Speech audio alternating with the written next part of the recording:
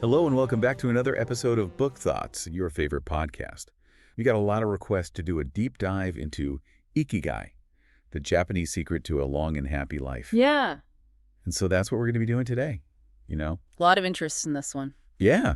You want to unlock those secrets, those Okinawan centenarians. Absolutely. And discover how to live a more fulfilling life. So that's what we're going to be talking about. Yeah, it's really fascinating how this book goes beyond just, those typical tips on living longer. Right. It really delves into this concept of Ikigai. Yeah. Which is often translated as a reason for being, but it's more than that. It's that spark that gets you out of bed in the morning, that thing that makes you excited to face the day. Exactly. And the book doesn't just tell us about Ikigai. It takes us straight to the source, Okinawa, Japan. Yes. Specifically, the village of Ogimi, which is famous for having the highest concentration of centenarians in the world. It's amazing, isn't it? Yeah.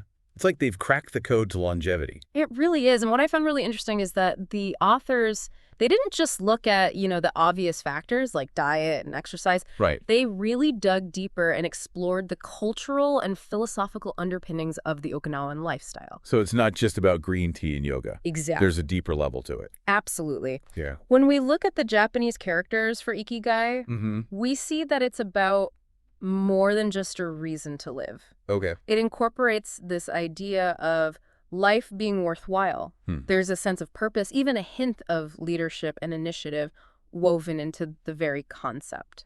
That makes sense. Yeah. If you have something that makes life worthwhile, something you're passionate about, Right. you're more likely to want to stick around and see what happens next. Precisely. And this is where the idea of never retiring comes in. Okay. You see, in traditional Japanese culture, there's no real equivalent word for retirement. Really? People continue doing what they love for as long as they're able. So instead of clocking out at 65 and hitting the golf course, Right. they're still actively engaged in meaningful work. Exactly. It could be their profession, a craft, or even community involvement. Right. The key is they don't see age as a barrier to contributing and staying active in life. Now let's talk about those Okinawan centenarians. Yes. The book dives into their lives and uncovers some pretty incredible insights. It's not just that they live long lives. Right. They also have incredibly low rates of chronic diseases, like heart disease and dementia. It's amazing. Yeah. So what's their secret?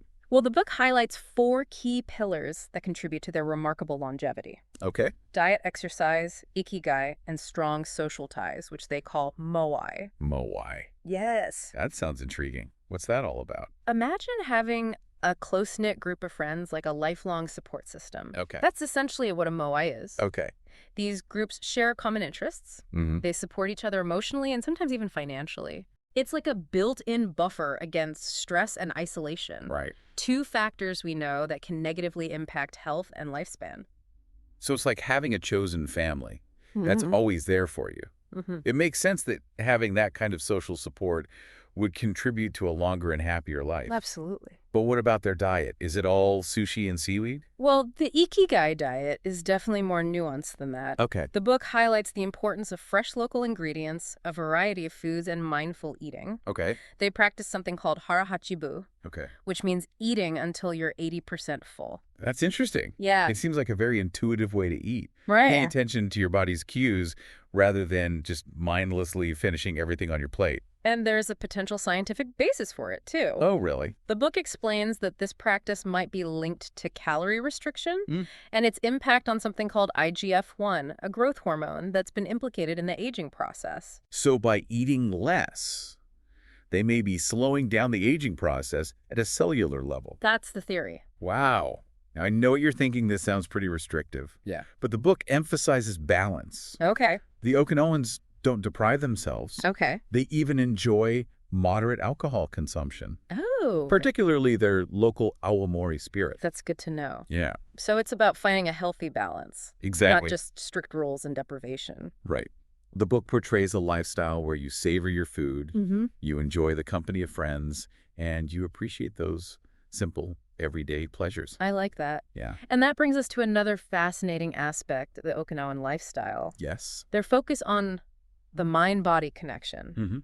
I was intrigued by this part of the book. Yeah. It talks about the importance of keeping your mind active and engaged. Yes. But it also had a surprising twist on the whole stress and aging connection. Yes. It's counterintuitive, isn't it? It is. We tend to think of stress as the enemy of longevity. The book talks about how chronic stress can accelerate aging Mm-hmm. by impacting those protective caps on our DNA called telomeres. Yeah. And yet, And yet it suggests that a little bit of stress might actually be good for you. Hold on. right, Did I miss something here? it's not about seeking out stress, of course, Okay. but the book explores this idea that a certain amount of challenge, even a bit of pressure, Mhm. can actually keep us engaged, motivated, and prevent us from becoming complacent. So it's about finding that sweet spot, Yes, that balance between being stimulated and being overwhelmed. precisely. The book suggests that practices like mindfulness and meditation can help us manage stress, become more aware of our reactions, and ultimately make us more resilient. Well, that's a relief. Right. So what does this look like in everyday life? It could be as simple as taking a few minutes each day to focus on your breath, Mm-hmm. paying attention to the sensations in your body, Okay. or simply observing your thoughts without judgment. So it's about finding ways to create a bit of mental space, a Yeah. pause button in the midst of the chaos of daily life. Exactly. And the book makes it clear that this isn't about denying our emotions Right. or trying to achieve some sort of blissful state. Mm-hmm. It's about learning to ride the waves of life's ups and downs with a bit more awareness and grace. I love that analogy. Yeah. It's like surfing. Exactly. You're not trying to stop the waves. Yeah. You're learning to navigate them skillfully. Precisely. So we've talked about diet, social connection, and stress management. Mm-hmm. What about exercise? Do the Okinawans spend hours in the gym every day? Actually, the book debunks the myth that we need to engage in strenuous workouts to live longer. Okay. The Okinawans are a perfect example of this. Mhm. They incorporate movement into their daily routines. Okay. Walking, gardening, taking the stairs. Right. They're not necessarily training for marathons, Okay. but they're constantly moving. That's good news for those of us who aren't exactly gym enthusiasts. It seems like it's more about finding ways to be less sedentary and more active throughout the day. Absolutely. It's about finding those small opportunities to move your body, Okay. taking a walk during your lunch break, choosing the stairs instead of the elevator, Right. even just standing up and stretching every hour. Okay. These little things can make a big difference in the long run. It sounds like a much more sustainable approach Mm-hmm. than trying to squeeze in a high-intensity workout every day when you're already feeling overwhelmed. Exactly. The book encourages us to find activities that we enjoy that feel natural and effortless. Right. This could be dancing, swimming, hiking, playing with your kids. The Mhm. key is to move your body in a way that feels good Yeah. and that you can sustain over time. Now, you mentioned earlier that the Ikigai diet isn't just about sushi. Right. The book dives into their specific dietary habits, Yes, and it's quite fascinating. it is. So what are some of the key takeaways? It's more about embracing a variety of fresh local ingredients, many of which are unique to Okinawa. Okay. Think Goya, a bitter melon with potent antioxidants, Okay. turmeric with its anti-inflammatory properties, Right. seaweed packed with minerals, and of course, plenty of tofu. So it's not about following a rigid diet plan. Yeah, It's more about making conscious choices about the types of foods you eat exactly. and prioritizing whole, unprocessed ingredients. Precisely. And let's not forget about Sampincha, Okay. their unique jasmine green tea. Mm-hmm. The book delves into its potential health benefits from boosting the immune system to promoting relaxation. So it's a lifestyle that nourishes both body and mind. Absolutely. And it's a reminder that food is more than just fuel. Yes, It's a source of pleasure, connection, and cultural tradition. absolutely. And that brings us to another fascinating concept that the book explores, flow. Okay. Flow. Yeah, This is where things get really interesting. it is a fascinating concept. The book talks about flow as this state of complete immersion in an activity, Yeah. where you lose track of time and feel completely absorbed in what you're doing. Mhm. But how does this relate to Ikigai? Well, the book suggests that finding activities that bring us into a state of flow can help us uncover our Ikigai. Okay. It's about identifying those activities that make us feel energized, engaged, and completely in our element. So it's not just about finding a job that pays the bills. Right. It's about finding something that truly lights us up. Exactly. Something that we could do for hours and not even notice the time passing. Precisely. And the book offers some practical strategies for achieving flow in our everyday lives. Okay. First, it's about choosing activities that are challenging but not overwhelming. Right. We need to feel stretched but not defeated. It makes sense. Yeah. If a task is too easy, we get bored. Right. But if it's too difficult, we get frustrated, and give up. Exactly. There's that sweet spot in the middle where we're fully engaged and pushing ourselves just enough to feel that sense of accomplishment. The book also emphasizes the importance of setting clear and concrete objectives. Vague goals lead to procrastination and lack of motivation. Right. But when we know exactly what we're working towards, we're more likely to stay focused and experience that flow state. And this one might be the hardest for our multitasking generation. Yes. Concentrating on a single task at a time. Right. The book talks about how our brains aren't wired for multitasking, and we actually end up wasting time and making more mistakes when we try to juggle too many things at once. It's about being fully present in whatever we're doing, whether it's writing an email, having a conversation, or even washing the dishes. Yeah. The more we practice this single-pointed focus, the more easily we'll slip into that flow state. It sounds like a practice in mindfulness, Exactly. in being fully present in the moment. Precisely. And the book then takes us on a journey to Japan Okay. to explore how they embrace flow in their culture, particularly through the concept of a takumi. Takumi, that sounds familiar. A takumi is a master craftsman Okay. who embodies flow through dedication and skill.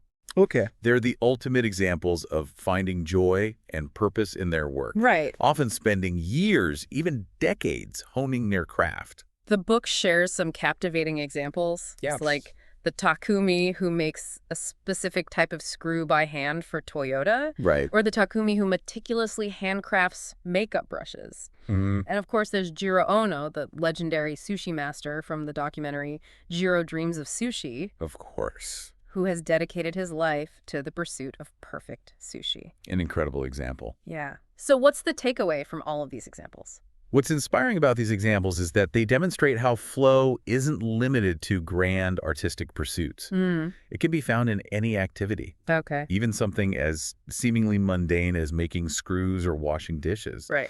The Japanese even have a concept called microflow, Okay. finding ways to add a touch of ritual or challenge to everyday tasks. So it's about finding those little moments of joy and purpose throughout the day, Yes. even in the most ordinary activities. Exactly. And that brings us to another key theme that we'll delve into in the next part of our deep dive: resilience. Okay. The book explores how the concept of resilience, as seen through the lens of Japanese philosophy, can help us navigate life's inevitable challenges. Sounds like we're just getting started. Oh, yeah, there's so much more to explore. Stay tuned for part 2 of our deep dive into Ikigai, the Japanese secret to a long and happy life. Welcome back.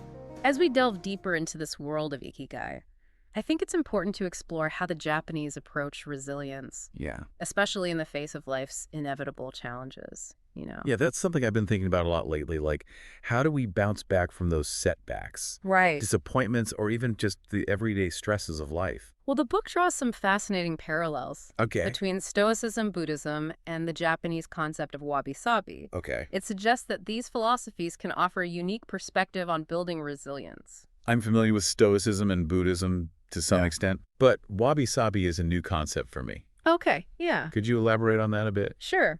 Wabi-sabi is all about finding beauty in imperfection and impermanence. Okay. It's about accepting the cracks and crevices, the natural wear and tear that comes with life.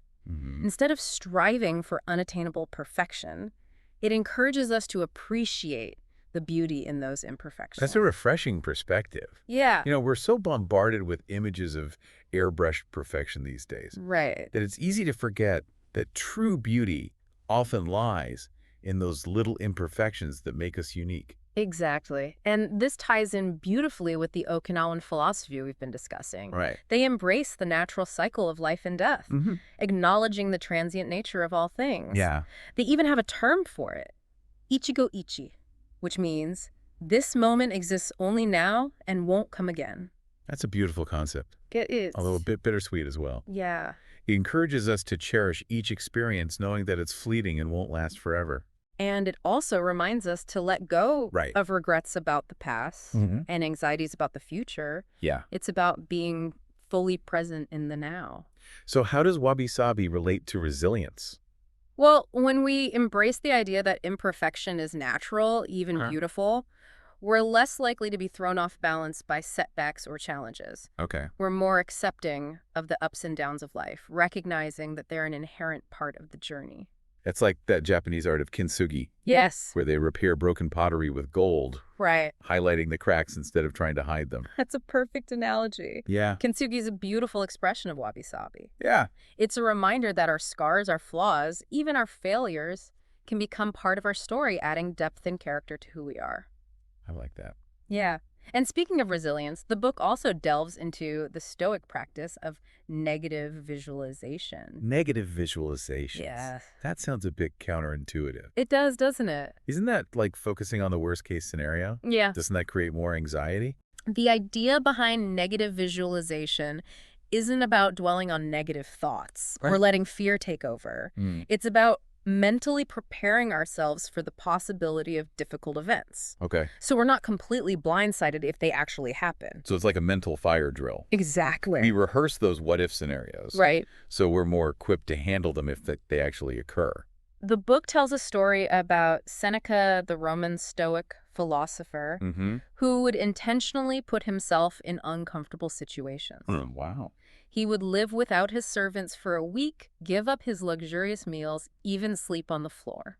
Wow, that's pretty hardcore. He did this to build his mental resilience, Okay. to remind himself that he could handle discomfort and adversity. By intentionally exposing himself to challenges, he was less likely to be overwhelmed when they arose unexpectedly. That makes sense. Yeah. It's like training a muscle. Yeah. If you never lift anything heavy, your muscles will atrophy. But if you consistently challenge yourself, you become stronger and more capable. The book argues that our modern tendency to avoid discomfort can actually make us more fragile in the long run. Right. We become so accustomed to ease and convenience that we lose the ability to cope when things get tough. So it's about finding that balance Yes. between challenging ourselves and taking care of ourselves. Exactly. But what about our emotions? Does resilience mean suppressing our feelings or pretending that everything is okay when it's not? Not at all. Both Buddhism and Stoicism emphasize the importance of acknowledging our emotions, Okay. but not letting them control us. Right. It's about finding that space between stimulus and response, that pause where we can choose how we want to react. That reminds me of a quote from Viktor Frankl. Oh, yes. Between stimulus and response, there is a space. In that space is our power to choose our response. In our response lies our growth and our freedom. Frankl's words capture the essence of resilience perfectly. Yep. It's about recognizing that we always have a choice in how we respond to challenges, Right. even if we don't have control over the situation itself. And this is where practices like meditation come into play, right? Right, exactly. By becoming more aware of our thoughts and emotions, we can choose how we want to respond rather than just reacting impulsively. Precisely. The book talks about meditation, Okay. particularly in the Zen Buddhist tradition, Mm-hmm. as a way to observe our thoughts and emotions without judgment. Okay. It's not about emptying the mind completely. Right. It's about learning to witness those thoughts and feelings without getting swept away by them. It's like creating a mental buffer zone Yes. where we can step back and observe the drama of our minds without getting caught up in it. It's a practice, of course. Right. But even a few minutes of daily meditation can make a difference in our ability to respond to stress with more calmness and clarity. We've covered a lot of ground so far. Mm. Wabi-sabi, negative visualization, meditation. But the book doesn't stop there. No, it doesn't. It introduces a concept that takes resilience to a whole new level. Anti-fragility. Now this is where things get really fascinating. Okay. Anti-fragility goes beyond simply bouncing back from setbacks. Okay. It's about actually benefiting from challenges, Now. becoming stronger and more capable as a result of facing adversity. Okay, that sounds amazing, but also a bit superhuman. I know, it's a powerful concept. How do we become anti-fragile? Right. Do we need to train with ninjas or something? No ninjas required, thankfully. Okay, good. But the book does suggest that there are practical steps we can take to cultivate anti-fragility in our lives. Okay, listening. One key strategy is creating redundancies. Redundancies, Yes, like backing up our computer files.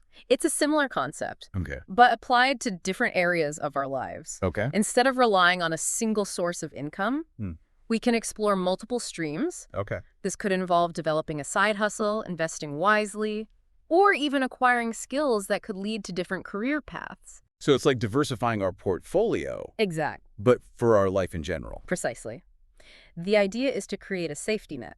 Okay. So that if one area takes a hit, we have other options to fall back on. Mm-hmm. We reduce our dependence on any single point of failure. I can see how that would apply to our finances, Right. but how does it translate to other areas of life? The book emphasizes the importance of nurturing a diverse network of friends and connections. Okay.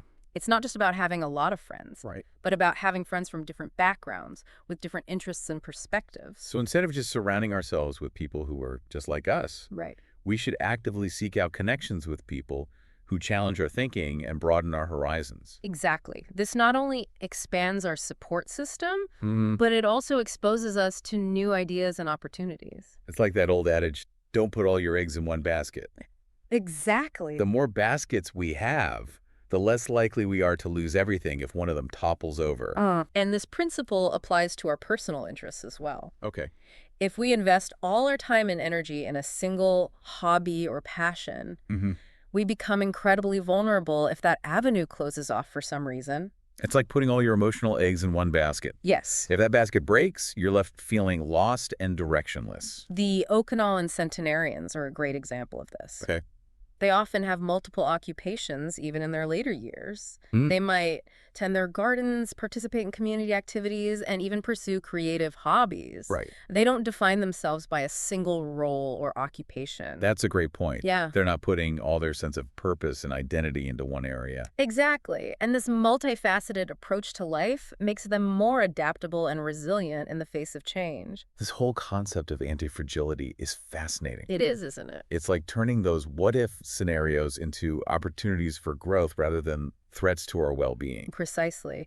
It's about embracing challenges as a way to test our limits, to discover hidden strengths, and to ultimately become more adaptable and resilient in the face of whatever life throws our way. You know, as we've been talking about resilience and anti-fragility, Yeah. I can't help but think back to those Okinawan elders and the wisdom they shared in the book. Oh, absolutely. Their words are filled with such simple yet profound insights into what it means to live a long and fulfilling life. I was particularly struck by the quote, "Getting together with friends is my Ikigai." It highlights the importance of human connection Yes. and how vital it is to our well-being. Absolutely. Another one that resonated with me was working. If you don't work, your body breaks down. It speaks to that importance of staying active and engaged, right? Yeah. Of having a sense of purpose that keeps us going. And this one really captures the essence of the Okinawan spirit. The most important thing is to keep smiling. Beautiful, isn't it? Even in the face of hardship, in the midst of uncertainty, they choose joy. The wisdom of Ogimi's elders is a testament to the power of a life lived in alignment with Ikigai. They embrace resilience, find joy in the simple things, and nurture those deep human connections that sustain us. This has been such an eye-opening conversation. It has. We've explored Ikigai, delved into the lifestyle habits of the Okinawan centenarians, uncovered the secrets to achieving flow, Right. and now we've ventured into the realms of resilience and anti-fragility, Yes. discovering how these concepts can help us navigate the challenges of life with more grace and strength. And in the final part of our deep dive, we'll bring it all together Okay. by exploring the 10 rules of Ikigai, Okay. providing actionable steps that we can all incorporate into our lives I like it. to live longer, happier, and more fulfilling lives. Don't miss the exciting conclusion to our deep dive into Ikigai, the Japanese secret to a long and happy life. Welcome back to the final part of our deep dive into Ikigai, the Japanese secret to a long and happy life. We've covered a lot of ground, explored the philosophy, the lifestyle, delved into those fascinating concepts of resilience and anti-fragility. But now let's get practical. How can we actually take all of this incredible wisdom and apply it to our own lives? Well, the book provides a great framework for doing just that. It concludes with what it calls 10 rules of Ikigai. Yeah. And these rules are essentially a distillation of everything we've been discussing, offering actionable steps that we can all incorporate into our lives. Okay, I'm ready. Let's hear those 10 rules. All right. The first rule is stay active, don't retire. Right. This goes back to what we talked about earlier about the Japanese concept of retirement. Right. They don't have a word for it because they believe in staying active and engaged throughout their lives. It's not about stopping work altogether and just kind of fading into the background. Exactly. It's about finding ways to continue contributing, whether it's through, a job, a hobby, or even just helping out in your community. Right. It's about finding activities that give you a sense of purpose and keep you connected to the world around you. Yeah, I like that. The second rule is take it slow. Okay. We live in a culture of speed and urgency, Oh. always rushing from one thing to the next. Oh, I'm definitely guilty of that. The Okinawans, on the other hand, have mastered the art of slowing down. Go. They move with intention, they savor the process, and they don't let the pressures of modern life dictate their pace. It's a good reminder to pause, breathe, and appreciate those simple things in life. Absolutely. Okay, what's the next rule? The third rule is don't fill your stomach, which brings us back to that concept of harahachibu. Right. It's not about depriving yourself. Okay. It's about being mindful of your body's signals and stopping when you're 80% full. Finding that balance Yeah. between enjoying your food and not overindulging. Exactly. The fourth rule is a simple yet profound one. Surround yourself with good friends. Okay. The book highlights how crucial social connections are to our well-being. Right. Those close relationships provide support, laughter, and a sense of belonging. Yeah, our friends and loved ones are anchors helping us weather those storms of life. Absolutely. Okay, what's next? The fifth rule is a call to action. Get in shape for your next birthday. All right. It's not about striving for some unattainable ideal of fitness. Right. It's about finding ways to move your body that you enjoy and can sustain over time. Yeah. Remember those Okinawan centenarians? They're not hitting the gym every day, Right. but they are constantly moving, incorporating physical activity into their daily routines. It's about making movement a natural part of your life, Exactly. not a chore. Right. The sixth rule is short and sweet. Smile. Smile. It sounds simple, but there's power in a smile, you know? Yeah. It can brighten your day and the days of those around you. It's about choosing joy, even in the midst of challenges. Absolutely. The seventh rule is reconnect with nature. Okay. The book emphasizes the importance of spending time in nature, reminding us that we are part of something larger than ourselves. Yeah, we've become so disconnected from the natural world. We have. It's important to get outside, breathe fresh air, appreciate the beauty of our surroundings. It really is. Okay, what's next? The eighth rule is give thanks. Give thanks. Cultivating gratitude is one of the most powerful things we can do for our well-being. Right. It shifts our perspective, helping us appreciate what we have and focus on the good in our lives. It's about counting our blessings, both big and small. Absolutely. Rule number 9 is live in the moment. Live in the moment. This ties back to the concept of Ichigo. Right. It's about cherishing the present moment, letting go of regrets about the past, and worries about the future. It's about being fully present in whatever we're doing, savoring each experience as if it were our last. And finally, the 10th and most important rule of Ikigai. Follow your Ikigai. Follow your Ikigai. This is the heart of it all, you know? Yeah. Finding your purpose, your reason for being. It's about discovering that thing that makes your heart sing. Yes. And pursuing it with passion and enthusiasm. It may take time to find your Ikigai, but the journey itself is part of the process. This has been an incredible journey. It has been. We've learned so much about the Okinawan way of life, the importance of finding our Ikigai, and the practical steps we can take to live longer, healthier, and more fulfilling lives. And remember, it's not about making drastic overnight changes. Right. Start small. Yeah. Choose one or two of these rules that resonate with you and begin incorporating them into your daily routine. Consistency is key. It is. Small changes practiced over time can lead to profound transformations. Absolutely. And remember, finding your Ikigai isn't a destination, it's a journey. Right? It's a process of exploration, discovery, and growth. Thank you for joining us on this deep dive into Ikigai, the Japanese secret to a long and happy life. We hope you've been inspired to find your own Ikigai and embrace that simple yet profound wisdom of the Okinawans. And until next time, may you live long, live well, and find your Ikigai.